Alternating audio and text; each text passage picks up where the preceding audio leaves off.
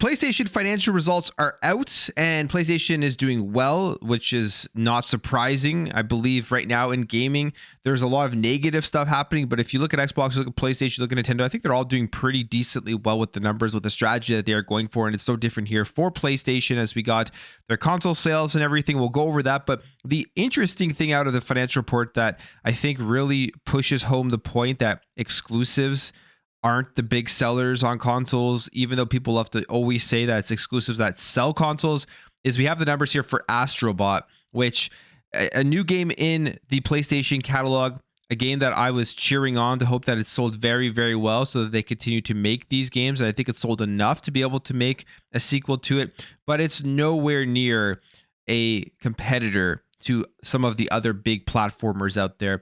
Maybe it's because it's the first game. Maybe eventually will be, but I am kind of skeptical that it ever will reach those heights. So we'll talk about that and we'll look at what's going on here with PlayStation. So we got this, and these are their financials for the PS5 and their services and everything. And right now, the PlayStation 5 has passed 65 million units in its lifetime shipments. So selling very well.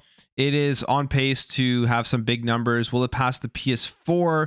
That is yet to be foreseen. You have the PS5 Pro that just launched, and that will, I think, add some additional sales, but nothing too crazy. At the same time, you're going to have a lot of people just trading in their base PlayStation 5 who pick up the PS5 Pro, so it will kind of cannibalize, offset that a little bit, but we'll see how well the PS5 Pro does, probably in the next financial reports, at least at launch. I mean, the PS5 Pro is readily available. You can go out there and pick one up anytime you want. Like, you can walk into a store, you can get one, you can still pre-order them, or at least where I am, I've seen not a massive demand here for the PlayStation 5 Pro. And I think it's because what we've been talking about over the last week or so is that $700, and it doesn't really seem like it's even worth that upgrade with the additional performance that you are getting from the PlayStation 5 Pro. But 65 million units have sold in lifetime. However, sales have continued to decline year on year, and we will see that continue between now and the end of the generation, I think, across all platforms.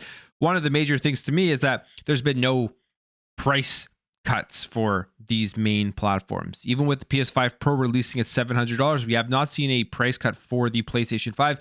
You have on the other side Xbox, who released their new digital Series X and their special edition Galaxy Series X. No price cut on the regular Series X.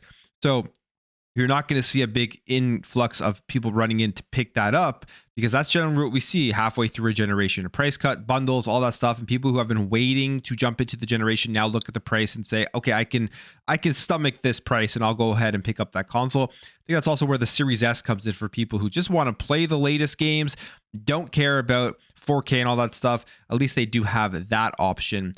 But we will see if we do eventually get a price cut this generation. I hope we do. I hope there's a point where the original Xbox Series X disc drive gets like a $50 to $100 price cut, and then that's just another console that gets pushed out there that is more of a big seller than having to sit back and think, do you want to spend the $500 on 4-year-old technology?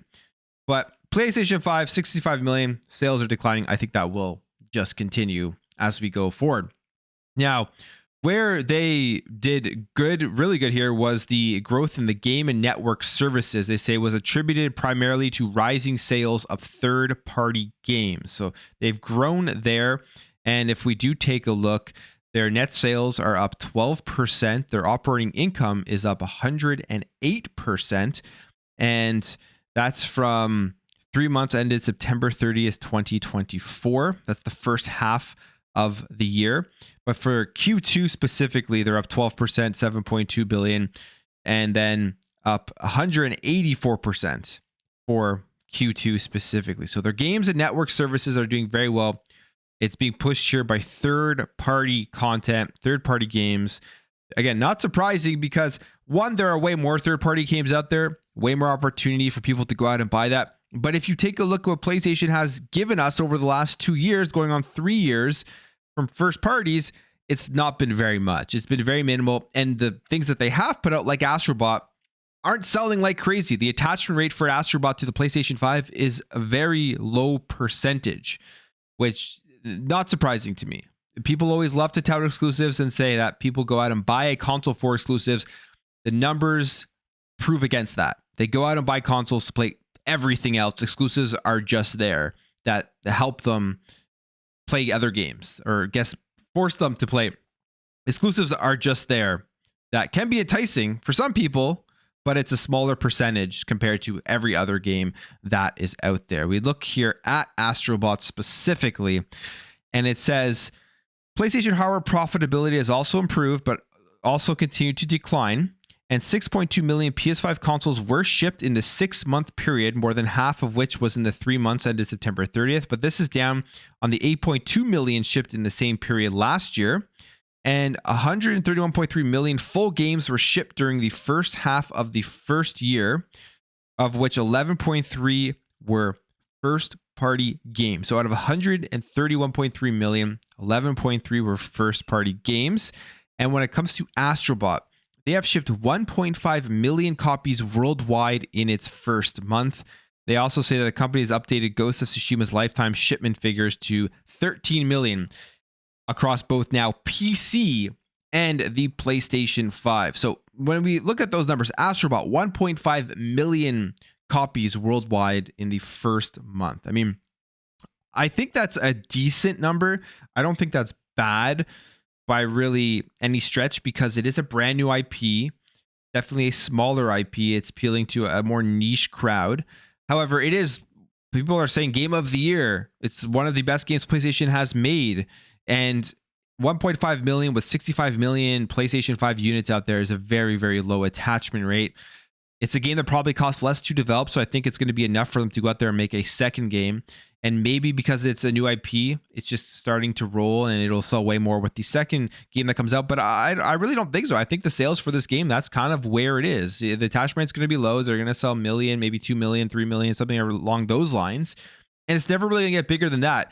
People were touting this game as a Super Mario competitor, which was absolutely absurd to see. It's never, I don't think ever going to get anywhere near the Super Mario series in terms of attachment rate. Even if this can continue with this thing for 10 years and we're going on here and now it's finally an established IP, I don't think it's going to come anywhere near in terms of the attachment rate on the PlayStation console. The reality is PlayStation and Xbox, their first party attachment rate is low comparatively to Nintendo. They will never be able to compete, in my opinion, here on the attachment rate from a first party perspective, which again is why when we see PlayStation and Xbox expand their ecosystem up, put their games in other places, they're looking at these numbers as well. The fanboys online want to say that it's first party exclusives as the reason why people buy consoles, but that's just not the reality. The reason why people buy consoles is for everything else, for Call of Duty, for the Maddens, for the games that are sell in mass numbers. And the first party exclusives are just a piece of that pie, but a smaller piece of that pie. And when these companies are looking at how much it's costing to develop these first party exclusives, they're realizing that at this point, with the low attachment rates, with the amount of people that pick up those games on the platform maker exclusively, it's just they have to start getting more sales elsewhere, which is why you're seeing them expand out specifically to PC on the PlayStation front. And then also you're going to see them expand out to other platforms. I mean, we also just got a Sony funded game, Death Stranding, on Xbox the other day. And we will continue to see stuff like that because these games need to find more avenues to make money when they're spending so much money to develop. Now, Astro Bot, again, a different story somewhat, I would think, because I think it probably costs less to develop this game versus other first-party Sony games, so they can be okay with a lower attachment rate than usual. But Astro Bot, a great game. I think the 1.5 million sales in a month is okay, and I don't think we're really going to see a massive jump in sales for this game ever, even if it continues to make it on the PlayStation platform. What I do see happening, though, is PlayStation looking at this and saying, we definitely can make even better profit margin off this game, especially if it didn't cost a crazy amount to make, and we could ship this on PC and then they'll sell a bunch more units there.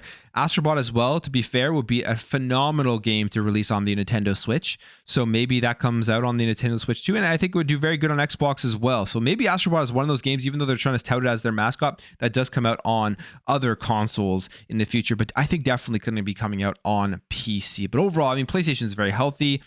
We compare this to Xbox's financial report. Xbox is very healthy. The games industry is not in nearly as big of a dire situation as some people make it out to be. Yes, there's layoffs. Yes, there's closures. It has been a very bad year, but I think this is just kind of the shrinkage or bringing the industry back to normal from an overinflation that we did see from maybe about 2020 to about now. With obviously we had the whole world situation where people were playing more games because they couldn't do anything else. Things are back to normal now. And I think we'll see the industry kind of level off going over 2025, 2026. But that's just kind of my armchair analysis going forward here. But yeah, Astro Bot, that what to me is the big story here. The sales, not crazy.